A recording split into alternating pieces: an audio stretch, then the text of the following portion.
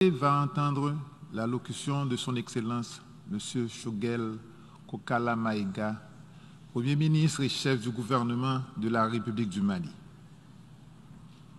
Je prie le protocole de bien vouloir accompagner son Excellence.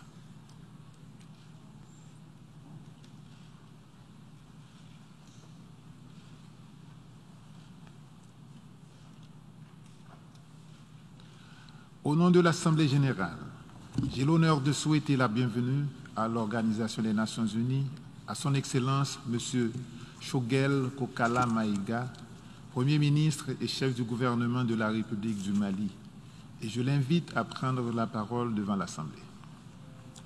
Monsieur le Président de l'Assemblée générale, Mesdames et Messieurs les chefs d'État et de gouvernement, Monsieur le Secrétaire général de l'Organisation des Nations Unies, Mesdames et Messieurs, je voudrais avant tout propos vous adresser les salutations fraternelles du peuple africain du Mali et celles du président de la transition, chef de l'État, son Excellence le colonel Assimi Goïta.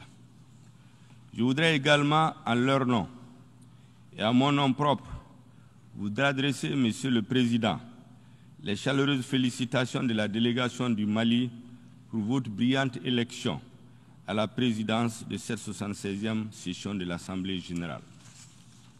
Je félicite également votre prédécesseur, son Excellence M. Volkan Bozkır de la République de Turquie, pour la manière remarquable avec laquelle il a dirigé les travaux de la 75e session de l'Assemblée générale.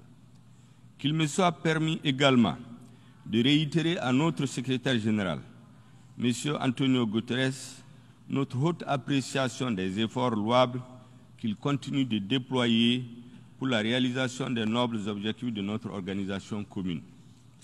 Monsieur le Président, la 76e session ordinaire de l'Assemblée générale s'ouvre fort opportunément sur le thème de l'espoir. L'espoir de renforcer notre résilience pour nous relever de la pandémie de la COVID-19 dans un esprit de responsabilité, de coopération et de solidarité. L'espoir d'un monde plus sûr, d'un monde de sécurité humaine. L'espoir que le Sahel retrouve la stabilité et redevienne un havre de paix et un pôle de croissance et de développement. L'espoir, enfin, de revitaliser l'Organisation des Nations Unies. Le Mali souscrit pleinement à l'esprit et à la lettre de ce thème qui résume parfaitement les idéaux de notre organisation commune. C'est une lapalissade d'affirmer que le Mali et les pays du Sahel sont de nos jours confrontés à l'hydre terroriste, à l'extrémisme violent et à l'instabilité. Cela dure depuis plus d'une décennie, avec le risque d'enlisement, de banalisation ou de lassitude propre à détourner ces problématiques de l'agenda international. À notre quotidien, fait d'angoisse et de tragédie, est venue s'ajouter la pandémie de la COVID-19, avec ses effets négatifs sur l'économie et sur les conditions de vie de nos populations, déjà précaires du fait des défis économiques, politiques et humanitaires. Rarement, un pays ou une région aura été aussi durement éprouvée par l'enlisement, l'empilement des crises, plus que le Mali et les États du Sahel. C'est dans ce contexte difficile que le peuple malien, après plusieurs mois de soulèvement populaire, a choisi une autre direction à notre pays et placé tous ses espoirs dans le processus de transition politique en cours dont il est l'artisan principal. Le gouvernement de transition, que j'ai l'honneur de diriger depuis le 11 juin 2021, comprend les représentants des forces vives du Mali. Fait notable, il comprend aussi, dans un souci d'inclusivité, des membres des mouvements signataires de l'accord pour la paix et la réconciliation issus du processus d'Alger, ainsi que des représentants des forces politiques et sociales de notre pays. Aussitôt installés, nous avons travaillé ensemble à l'élaboration du plan d'action du gouvernement de transition qui contient un ensemble de mesures dont la mise en œuvre va assurer la prise en charge des préoccupations majeures des populations éprouvées par la crise sécuritaire, politique, sanitaire et économique. Ce plan d'action du gouvernement, adopté le 2 août 2021 par le Conseil national de transition, organe législatif transitoire, s'articule autour de 4 axes prioritaires. Il est assorti d'un chronogramme d'exécution et d'un budget prévisionnel. Le premier axe du plan d'action du gouvernement érige la sécurité au rang de priorité élevée. Il répond à l'aspiration profonde de notre peuple, à la paix, à la quiétude, au vivre ensemble, à la cohabitation pacifique, à la cohésion sociale. En effet, malgré les succès indéniables enregistrés par les forces armées maliennes et leurs alliés, auxquels je rends hommage, les menaces entretenues par le terrorisme et les autres formes de banditisme et de criminalité transnationale continuent, hélas, à endeuiller notre peuple au quotidien et à menacer les fondements de l'État. De mars 2012 à ce 25 septembre 2021, où je m'adresse à vous du haut de cette auguste tribune, la situation dans mon pays ne s'est guère améliorée, malgré le soutien international et la présence sur notre sol d'une opération de paix de l'ONU, la MINUSMA, et des forces internationales telles que l'opération française Barkhane, la force européenne Takuba et la force conjointe du G5 Sahel. La situation continue progressivement de se détériorer au point que des pans entiers du territoire national échappent au contrôle du gouvernement. Mes citoyens vivent sous l'emprise des groupes armés terroristes, dans le déni de leurs droits les plus élémentaires. Leur accès aux services de base demeure hypothétique en raison de la faible présence des services de l'État, consécutive à l'insécurité grandissante. La MINUSMA, dont je salue ici le courage et la contribution à la stabilisation du Mali, évolue dans cet environnement vulnérable avec ce que cela comporte comme menace sur elle. Face à cette situation préoccupante, le gouvernement est régulièrement et fortement interpellé par les populations maliennes, de plus en plus exigeantes vis-à-vis des pouvoirs publics et des partenaires internationaux. S'il est établi que l'un des droits fondamentaux des populations est le droit à la sécurité, la garantie de celle-ci, assurément, est l'élément de légitimation de l'État aux yeux des citoyens. Monsieur le Président, je fais ce rappel pour vous restituer l'exacte situation du calvaire qu'endurent les populations maliennes. Je le fais aussi pour nous convier tous ensemble à l'introspection afin de changer de paradigme en matière de sécurité au Sahel. Le Mali, comme vous le savez, accueille sur son territoire une opération de paix des Nations Unies et je voudrais à nouveau rendre un hommage appuyé à toutes ces femmes et à tous ces hommes qui travaillent sous la bannière de la MINUSMA dans des conditions difficiles, souvent périlleuses, pour préserver la paix et pour protéger les populations civiles. Je rappelle que notre organisation commune, l'ONU, a été bien avisée en 2013 lorsqu'elle a décidé de déployer fort opportunément la mission multidimensionnelle intégrée des Nations Unies pour la stabilisation du Mali, MINUSMA. La résolution 2100 du 25 avril 2013 établissant la MINUSMA avait considéré, je cite, que la situation au Mali constitue une menace pour la paix et la sécurité internationale et a décidé en conséquence d'agir en vertu du chapitre 7 de la Charte des Nations Unies. Dans son paragraphe 16, la résolution 2100 a fixé comme mandat initial à la MINUSMA, entre autres, je cite, d'appuyer les autorités de transition maliennes pour stabiliser la situation dans les principales agglomérations, en particulier dans le nord du pays, et, dans ce contexte, écarter les menaces et prendre activement des dispositions afin d'empêcher le retour d'éléments armés dans ces zones. La résolution 2164 du 25 juin 2014, qui a renouvelé pour la première fois le mandat de la MINUSMA pour un an, a souligné, je cite, que le terrorisme ne peut être vaincu qu'à la faveur d'une démarche suivie et globale, fondée sur la participation et la collaboration active de l'ensemble des États et organismes régionaux et internationaux, visant à contrer, affaiblir et isoler la menace terroriste. Fin de citation. En conséquence, le paragraphe 12 de la dite résolution autorisait la MINUSMA, je cite, à utiliser tous les moyens nécessaires pour accomplir son mandat dans les limites de ses capacités et dans ses zones de déploiement. Et lui enjoint en particulier, au titre du paragraphe 13, je cite, d'étendre sa présence, notamment grâce à des patrouilles de longue portée, dans les limites de ses capacités, dans le nord du pays, au-delà des principales agglomérations et en particulier dans les zones où les civils sont en danger.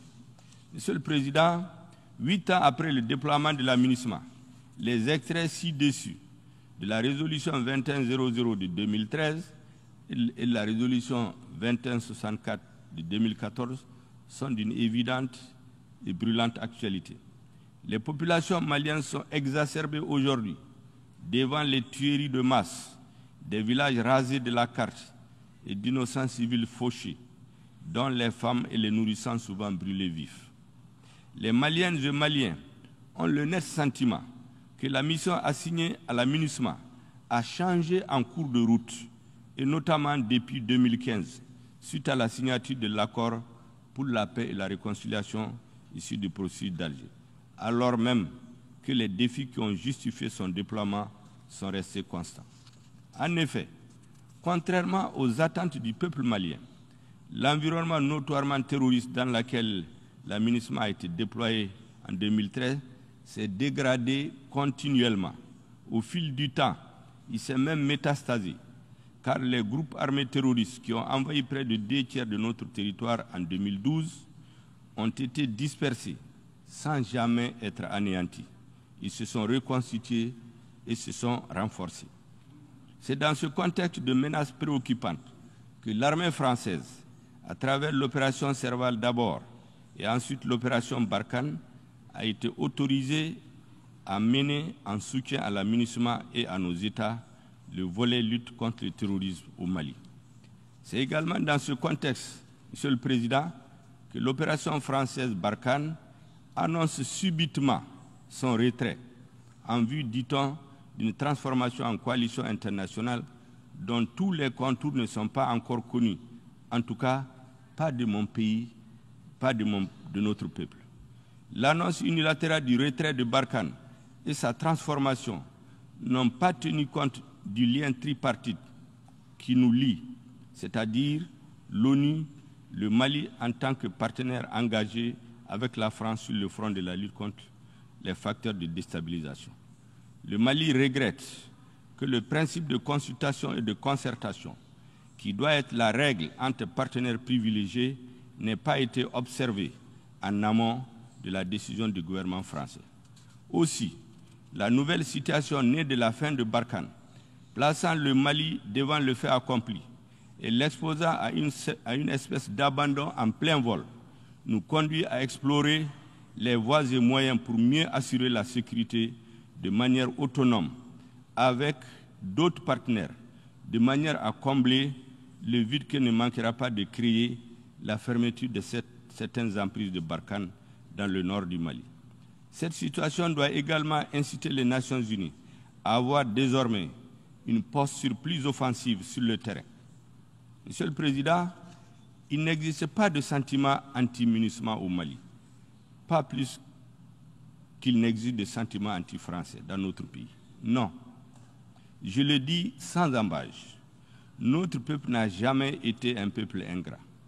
Au sommet de l'État et au sein des populations, il existe un désir de paix et une soif de sécurité qui font écho à l'exigence d'efficacité des instruments et des mécanismes politiques et militaires mis en place et qui font paradoxalement du Mali un pays surmilitarisé mais très vulnérable face au terrorisme, devenu un facteur de désintégration de nos États, de nos sociétés et de déstabilisation des fondements de nos pays. Que devrions-nous faire face à un tel paradoxe? Que faut-il faire pour répondre à l'angoisse, à l'exaspération et à la colère des populations maliennes? Que faut-il faire pour répondre au sentiment d'insatisfaction à la fois des Maliens et des partenaires du Mali? Je pense humblement, Monsieur le Président, que face à ces interrogations, nous devons avoir le courage et la lucidité d'interroger les instruments et les mécanismes évoqués plus haut.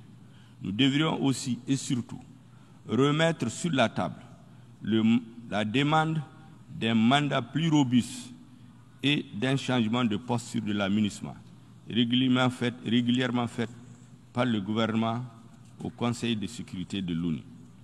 Ceci permettra d'adapter le mandat de la MINUSMA, de lui donner les moyens de s'acquitter convenablement de son mandat et de répondre à l'aspiration du peuple malien, aspiration sans laquelle ni la mission de l'ONU ni les autres partenaires militaires internationaux et régionaux présents sur notre sol n'auront la crédibilité aux yeux de mes concitoyens. En termes clairs, les Nations Unies doivent aider le Mali à lutter efficacement contre la criminalité transfrontalière organisée afin d'asseoir les conditions véritables de sa stabilisation, gage de la réussite des actions de soutien politique, humanitaire, de développement et de protection des droits de l'homme.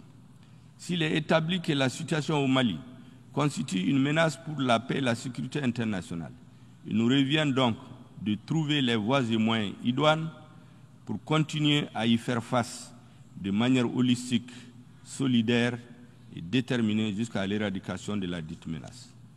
Monsieur le Président, dans la guerre sans merci qu'il mène contre le terrorisme, le gouvernement du Mali ne ménagera aucun effort pour remplir ses obligations internationales en termes de respect des droits de l'homme. Il accorde la plus haute importance à la coordination des actions de nos partenaires sur le terrain, à la coopération régionale pour tenir compte de la dimension régionale de la crise sécuritaire au Sahel.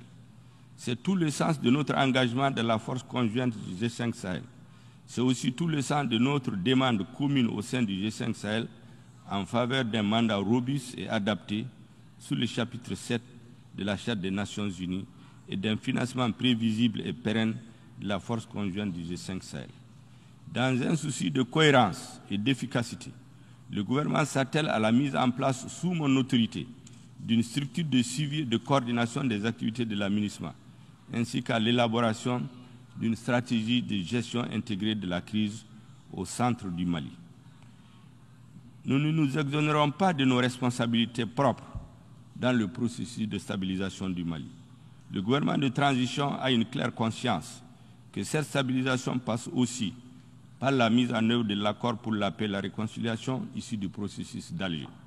Au demeurant, le gouvernement et les mouvements signataires, ainsi que ceux de l'inclusivité, poursuivent la mise en œuvre de l'accord dans un esprit de confiance et de responsabilité au sein d'un cadre nouveau appelé cadre intermalien pour la mise en œuvre de l'accord. Dans cet esprit, nous poursuivons la mise en œuvre intelligente et la relecture consensuelle de l'accord aux fins de son parachèvement. L'objectif recherché étant de favoriser son appropriation nationale et de renforcer son caractère inclusif tout en veillant aux conditions politiques et sociales du consensus nécessaires à la relecture de certaines dispositions conformément aux mécanismes prévus par l'accord. Concernant les questions de défense et de sécurité, un programme de désarmement, démobilisation et de réinsertion portant sur 3000 ex-combattants issus des mouvements signataires et de l'inclusivité a été mis en place, sur lesquels 1840 ex-combattants ont déjà été intégrés. Le gouvernement a également exprimé sa volonté d'intégrer 1160 restants au plus tard le 21 août 2021, n'eût été la lenteur accusée par la coordination des mouvements de l'Azawad dans la fourniture de la liste de ses représentants. Par ailleurs, le gouvernement du Mali est disposé à l'intégration prochaine des ex-combattants au sein des forces de sécurité, de la fonction publique de l'État et d'autres corps paramilitaires, dès que les quotas compatibles avec les capacités du budget national sont fixés. Le gouvernement est déterminé à surmonter les obstacles techniques qui émanent des autres parties à l'accord, en particulier des mouvements signataires dont l'adhésion au DDR doit être sans réserve. Le volet réinsertion socio-économique entamera les activités d'ici la fin du mois de septembre, avec l'appui de la MINUSMA et de la Banque mondiale. Je n'oublie pas ici la situation des réfugiés maliens dans les pays voisins et des personnes déplacées internes, qui reste une préoccupation majeure du gouvernement.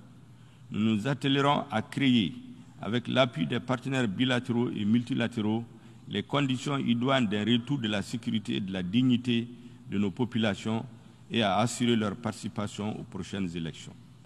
Monsieur le Président, la transition en cours au Mali se veut une transition de rupture qui porte l'espoir de guérir le Mali des maux qui l'assaillent, dont l'instabilité politique et institutionnelle, l'affaissement de l'État, conséquences directes de la corruption et de l'impunité. Pour réussir ce pari, notre pays a décidé de s'engager dans la voie des réformes qui constituent le deuxième axe du plan d'action du gouvernement. Ces réformes vont au-delà des questions politiques et institutionnelles et visent in fine à refonder l'État, dont le délitement progressif est à la base de l'extrême vulnérabilité du Mali face aux défis politiques, économiques et sociaux auxquels il est confronté. Mon pays souhaite être une solution aux crises qui menacent le Sahel. Le Mali aspire vivre en paix avec ses voisins, renforcer son unité, sa stabilité et recouvrer la plénitude de sa souveraineté sur tout son territoire. Le Mali veut garantir la sécurité humaine à l'intérieur de ses frontières en consolidant ses institutions constitutionnelles. À cette fin, le Mali est engagé à faire sa mue à travers les réformes, à amorcer sa transformation vers un État stable et prospère, orienté vers le bien-être de ses habitants. Ces réformes ont trop longtemps été différées, pour différentes raisons, par les différents régimes politiques qui sont succédés au pouvoir depuis 2 décennies. La transition en cours, sous la haute conduite de son Excellence le colonel Assimi Goïta, a décidé de s'y engager fermement. Le chef de l'État nous a commis à convoquer, dans les tout prochains jours, les assises nationales de la refondation, dont les recommandations auront force exécutoire aussi bien pour la période de transition en cours que pour la poursuite des politiques publiques à venir. Le troisième axe prioritaire du gouvernement est consacré à l'organisation des élections générales, transparentes, crédibles et inclusives, devant marquer le retour à l'ordre constitutionnel au Mali. Ces élections sont particulièrement importantes, car elles seront le baromètre de la réussite de la transition. Nous savons que leur qualité et leur crédibilité conditionneront l'avenir de notre démocratie, la légitimité et la solidité des institutions. Tirant les leçons de notre pratique démocratique récente, le gouvernement va instituer un organe unique indépendant de gestion des élections. Cet organe unique de gestion des élections posera les jalons politiques, juridiques et institutionnels de la restauration de la confiance des acteurs politiques et des citoyens lors des compétitions électorales. Il s'agit là d'une innovation majeure de nature à renforcer la démocratie et la légitimité des institutions. Nous avons conscience des délais impartis à la transition et de nos engagements internationaux. Nous travaillons sans relâche à les respecter. Dans cette optique, l'organe unique de gestion suivra un processus accéléré de mise en œuvre à travers la relecture de la loi électorale, l'installation d'un directoire national et des démembrements au niveau régional et local et dans les ambassades et consulats du Mali. À cet égard, la table ronde sur l'examen de l'avant-projet des termes de référence des Assises nationales de la refondation est ouverte hier à Bamako. Au-delà de la question de l'organe unique de gestion des élections, le gouvernement va s'atteler à réformer le système électoral à travers la relecture des textes fondamentaux régissant les élections. Enfin, Monsieur le Président, le 4e axe de l'action gouvernementale consistera à instaurer la bonne gouvernance et l'adoption d'un pacte de stabilité. Sous ce chapitre, le gouvernement s'est engagé à assurer une gouvernance de rupture et d'exemplarité. Une lutte implacable est déjà engagée pour combattre la corruption et l'impunité qui sont à la base de la déliquescence de l'État. Les mesures en cours dans ce sens vont se poursuivre et s'intensifier. La gouvernance de rupture se traduit d'ores et déjà par une réduction drastique du train de vie de l'État afin de dégager des espaces budgétaires pour améliorer les conditions de vie des populations et assurer une répartition équitable des richesses nationales. Le président de la transition et le gouvernement ont déjà donné de bons exemples dans ce sens. Les ressources ainsi dégagées seront affectées vers les services sociaux de base. Pour plus de justice et d'équité entre les travailleurs, le gouvernement, après avoir procédé à l'harmonisation des grilles salariales au sein de la fonction publique, va initier dans les meilleurs délais une conférence sociale en concertation avec les partenaires sociaux et les acteurs du monde du travail. Monsieur le Président, pays sahélien à vocation essentiellement agricole, d'élevage et de pêche, le Mali demeure fortement préoccupé par les changements climatiques qui constituent l'un des défis majeurs pour la survie et le développement de l'humanité. En effet, mon pays subit de plein fouet les effets du changement climatique, caractérisés par l'avancée et la désertification et son impact sur la faune et la flore, l'achèvement de nos fleuves et de nos cours d'eau, l'augmentation du niveau de chaleur, les inondations, etc., etc. C'est pourquoi je voudrais réaffirmer l'attachement du Mali à la mise en œuvre de l'accord de Paris sur le climat. Monsieur le Président, je voudrais conclure en rappelant que l'action du gouvernement de transition au Mali est orientée sur 3 piliers qui correspondent à 3 besoins vitaux pour le Mali.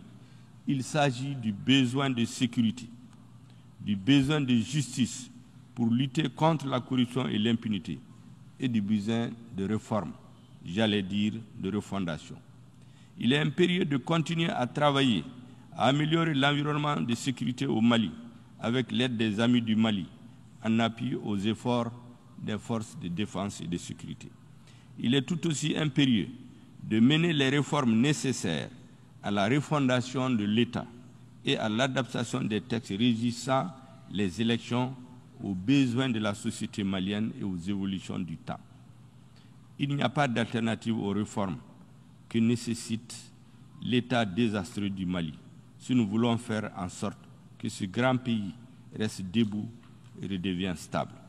La CEDEAO a bien appréhendé cela et dès octobre 2018, elle avait recommandé à l'issue de sa mission d'information relative à la crise post-électorale de mener les réformes en ces termes, je cite, « Prenant acte de la prolongation de la législature actuelle, selon l'avis de la Cour constitutionnelle et au regard des dysfonctionnements largement reconnus et évoqués par tous les interlocuteurs lors du scrutin présidentiel passé, il est impératif que le gouvernement et tous les acteurs sociopolitiques se conviennent de manière consensuelle d'entreprendre des réformes courageuses des cadres légaux, y compris la Constitution de février 1992 et du système électoral, avant de s'engager dans les prochaines élections que compte mener le pays. Je dois dire que cette importante recommandation de CEDEAO n'a pas été suivie d'effet à ce jour. Le gouvernement de transition que j'ai l'honneur de diriger s'attelle à la mise en œuvre diligente de cette mesure.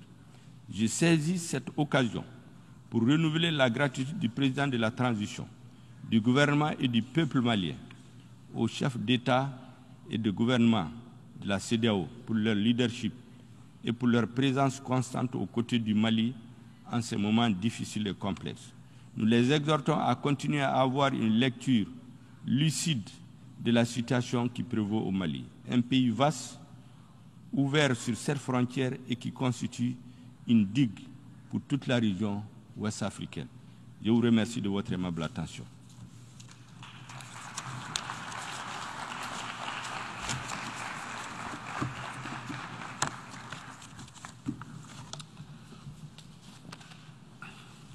Au nom de l'Assemblée générale, je tiens à remercier le Premier ministre et chef du gouvernement de la République du Mali de la locution qu'il vient de prononcer. Et je prie le protocole de bien vouloir accompagner son Excellence.